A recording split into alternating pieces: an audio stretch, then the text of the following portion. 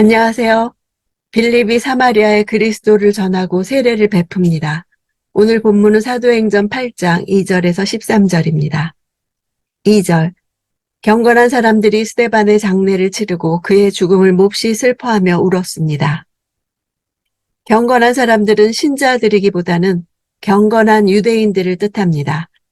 그 성에 사는 사람들 중 상당한 개인적 위험을 감수하면서도 스데반이 돌에 맞아 죽은 것을 애도한 사람들이 있었습니다. 장례를 치르다라는 단어는 가져가다는 뜻입니다. 돌에 맞아 죽은 주검을 가져갔다는 뜻입니다. 장례를 치르고 슬퍼하며 우는 것은 형벌로 죽은 자를 위해 우는 것을 금하는 사내들인의 판결을 무시하거나 불복하는 행위입니다.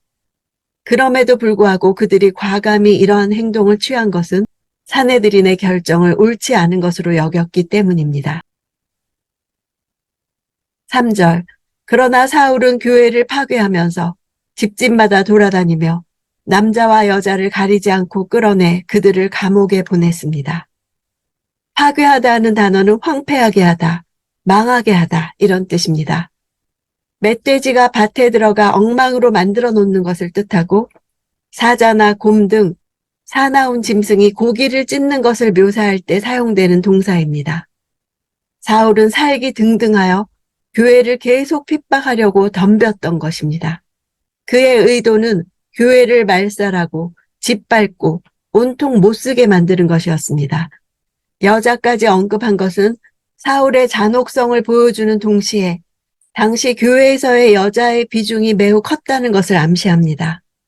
당시 사회 관습으로 볼 때 여자가 활발히 활동하는 것은 쉽지 않았음에도 불구하고 복음을 받아들이고 성령 충만함을 받은 여자들은 결코 수동적 신앙생활만을 할 수 없어서 복음 전파나 교회 생활에 있어서 적극적이었던 것입니다. 4절. 한편 뿔뿔이 흩어진 사람들은 가는 곳마다 복음의 말씀을 전했습니다. 핍박으로 흩어진 사람들은 어떤 안전한 곳에 숨어버린 것이 아니라 두루 다녔습니다. 흩어진이란 단어는 씨를 뿌린다는 뜻입니다. 그리스도인들이 흩어짐에 따라 복음의 좋은 씨앗도 흩뿌려졌습니다. 흩어진 사람들은 마치 씨앗처럼 널리 퍼져 많은 결실을 맺을 것을 예고하고 있습니다. 마귀의 공격은 그가 의도한 것과는 반대되는 결과를 낳은 것입니다. 5절. 빌립은 사마리아에 있는 한 도시에 내려가서 사람들에게 그리스도를 전했습니다. 빌립의 공헌은 사마리아인들과 에티오피아의 지도자에게 담대하게 복음을 전한 것이었습니다.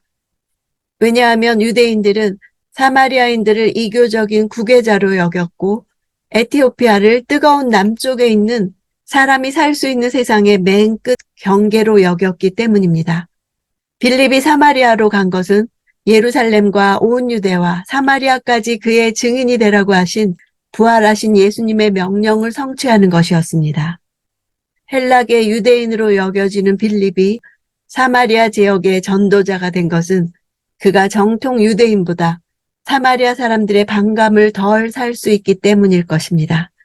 유대인들과 사마리아인들 사이의 적대감은 천년간을 지속되어 온 것이기 때문입니다. 9절. 그런데 그 도시에는 전부터 시몬이라는 사람이 마술을 부려 모든 사마리아 사람들을 놀라게 하고 자신이 스스로 대단한 사람인 양 우쭐댔습니다. 마술을 부리다라는 단어는 마고스에서 유래했습니다. 고대 근동에서 마고스라고 하는 사람들은 원래 미디안 제사장 족속의 일원을 가리키는 말입니다.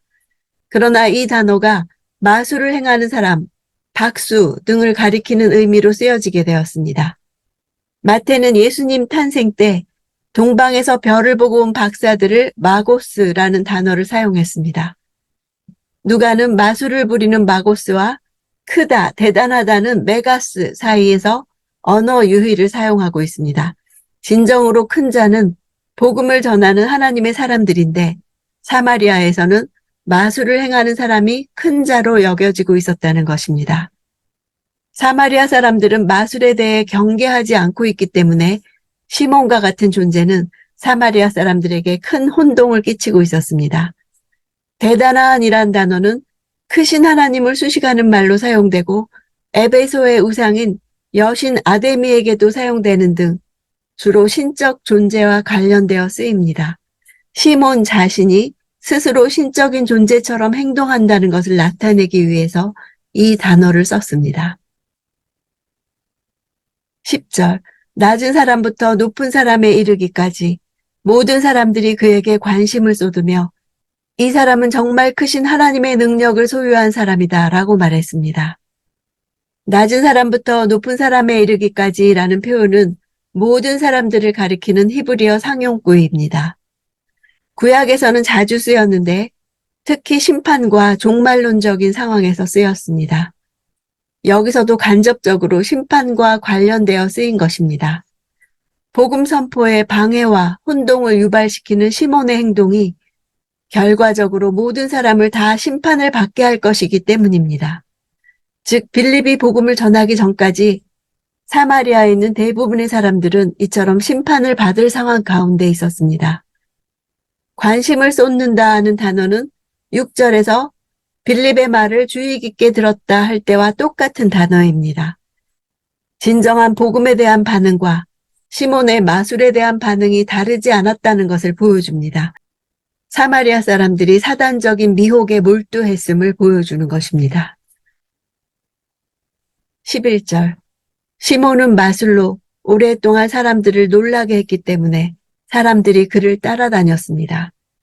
마술이란 단어는 점성술, 마법, 운수 예언 등 여러 가지의 이교적인 종교 행위를 총칭하는 말입니다.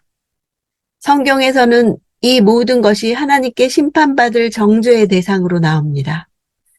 놀라게 했다는 단어는 사람들의 정신을 잃게 하다는 뜻입니다. 시몬의 마술은 단순한 손장난이나 속임수라기보다는 오랫동안 사람들의 마음을 끌고 매혹시킨 것으로 보아 사탄의 강력한 역사라고 볼 수 있습니다. 사마리아 지역은 유대교 정통신학에서도 떠나 있었고 이교와 혼합된 신앙을 가졌기에 원래 마귀의 역사가 많은 지역이었습니다. 고고학자들은 그곳의 고대 사원이나 사당에서 말하는 통, 함정문 이런 것을 발견했습니다. 이것들은 사람들을 속이기 위한 것이고 사람들로 하여금 무엇인가 초자연적인 일이 발생했다고 생각하게 만드는 장치들이었습니다. 시몬의 경우 오랫동안 그 영향을 유지했던 것으로 볼 때 종교적인 것이었다고 보아야 합니다. 13절, 시몬 자신도 믿고 세례를 받은 후 빌립을 따라다녔습니다. 그리고 시몬은 빌립이 행하는 큰 표적들과 능력을 보고 놀랐습니다. 시몬이 무엇을 믿었는지에 대한 목적어가 없습니다. 이것은 누가가 시몬의 믿음이 잘못된 것이었음을 나타내기 위해 의도적으로 생략한 것으로 보입니다. 따라다닌다는 단어는 무엇에 매우 집착하다, 무엇을 지속하다 이런 뜻입니다. 빌립에 집착하여 지속적으로 따라다니는 시몬의 모습을 그리고 있습니다.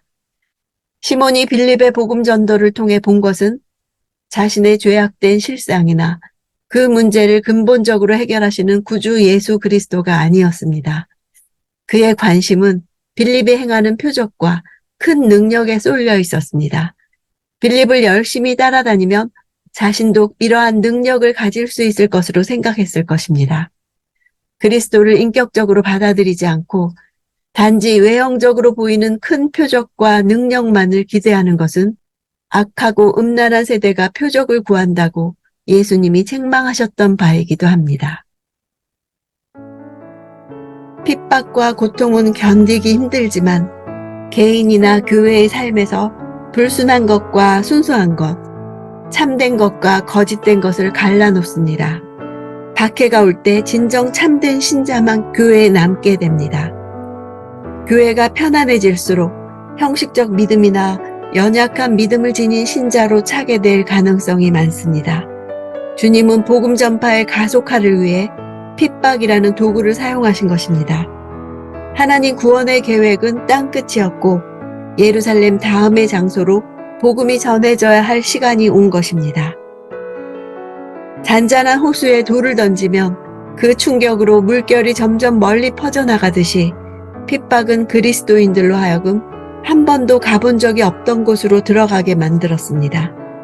그곳에 스데반이 있었고 빌립이 있었고 사울이 있었습니다. 모양과 상황은 달라도 복음의 씨앗이 뿌려질 것입니다. 어떤 사람이든지 찾아가서 변화시키는 하나님의 능력의 범위 밖에 있는 사람은 없습니다. 비록 그 모양이 부정적으로 보일지라도 순종은 하나님의 역사를 이루고 불순종은 하나님의 역사를 방해하는 것입니다. 결과는 하나님의 인도하심이 옳았음을 증명할 것입니다.